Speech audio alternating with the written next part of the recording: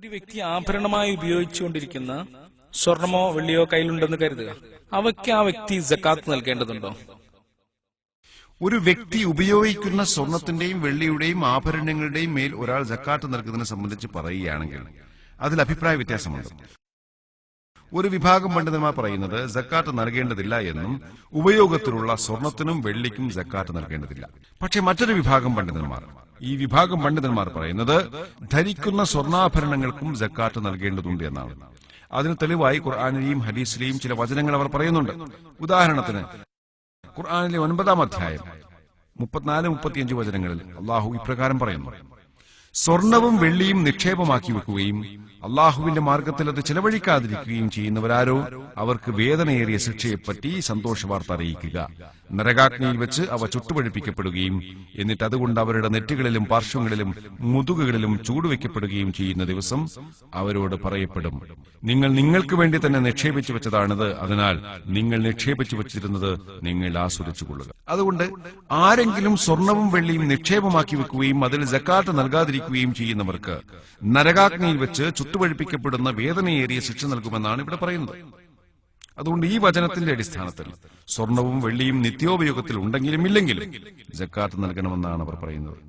മുഹമ്മദ് നബി സല്ലല്ലാഹു അലൈഹി വസല്ലം പറഞ്ഞതായി സ്വഹീഹ് മുസ്ലിമിലെ 2-ാം വാള്യത്തിലെ സക്കാത്തിന്റെ ഭാഗത്തിലെ 2161-ാമത്തെ ഹദീസിൽ ഇപ്രകാരം കാണുവാൻ സാധിക്കും: സ്വർണവും വെള്ളിയും നിക്ഷേപമാക്കി വെക്കുകയും അത് അള്ളാഹുവിന്റെ മാർഗത്തിൽ ചെലവഴിക്കാതിരിക്കുകയും ചെയ്യുന്നവർക്ക് പുനരുത്ഥാന നാളിൽ തീയുടെ ഒരു ഫലകമുണ്ടാക്കുന്നതായിരിക്കും.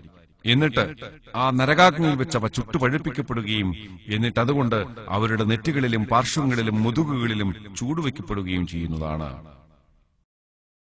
എന്നിട്ട് അദ്ദേഹം ഖുർആനിലെ 3-ാം അധ്യായത്തിലെ 180-ാമത്തെ വചനം പാരായണം ചെയ്തു. അള്ളാഹുവിന്റെ മാർഗത്തിൽ ധനം ചെലവഴിക്കാത്തവരെ സംബന്ധിച്ചാണ് അതിൽ പറയുന്നത്. മാത്രമല്ല സുനൻ അബൂദാവൂദിൽ മുഹമ്മദ് നബി സല്ലല്ലാഹു അലൈഹി വസല്ലം പറയുന്നതായി 2-ാം വാള്യത്തിൽ സക്കാത്തിന്റെ ഭാഗത്തിൽ 1558-ാമത്തെ ഹദീസിൽ ഇപ്രകാരം കാണാം: ഒരു സ്ത്രീ ഭാരമേറിയ 2 സ്വർണ്ണവളകൾ ധരിച്ചുകൊണ്ട് തന്റെ മകളോടൊപ്പം നബി സല്ലല്ലാഹു അലൈഹി വസല്ലമയുടെ അരികിൽ വന്നു. അവർ നബി സല്ലല്ലാഹു അലൈഹി വസല്ലമയുടെ അടുത്ത് വന്നപ്പോൾ നബി സല്ലല്ലാഹു അലൈഹി വസല്ലം അവരോട് ഇപ്രകാരം ചോദിച്ചു: നിങ്ങൾ അതിന് സക്കാത്ത് നൽകിയിട്ടുണ്ടോ? ഇല്ലെന്നവർ മറുപടി പറഞ്ഞു. അള്ളാഹു അഗ്നിവളകൾ നിങ്ങളുടെ കൈകളിൽ അണിയിക്കുവാൻ നിങ്ങൾ ആഗ്രഹിക്കുന്നുണ്ടോ എന്ന് നബി സല്ലല്ലാഹു അലൈഹി വസല്ലം അവരോട് ചോദിച്ചു.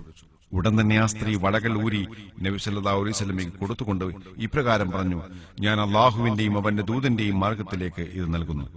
സുനൻ അബൂദാവൂദിലെ 2-ാം വാള്യത്തിലെ സക്കാത്തിന്റെ ഭാഗത്തിലെ 1560-ാമത്തെ ഹദീസിൽ ഇപ്രകാരം കാണുവാൻ സാധിക്കും: ഒരു ദിവസം നബി സല്ലല്ലാഹു അലൈഹി വസല്ലമയുടെ ഭാര്യയായ ആയിഷ റളിയല്ലാഹു അൻഹ 2 വെള്ളി മോതിരങ്ങൾ അണിഞ്ഞുകൊണ്ട് നബി സല്ലല്ലാഹു അലൈഹി വസല്ലമയുടെ മുമ്പിൽ വന്നു.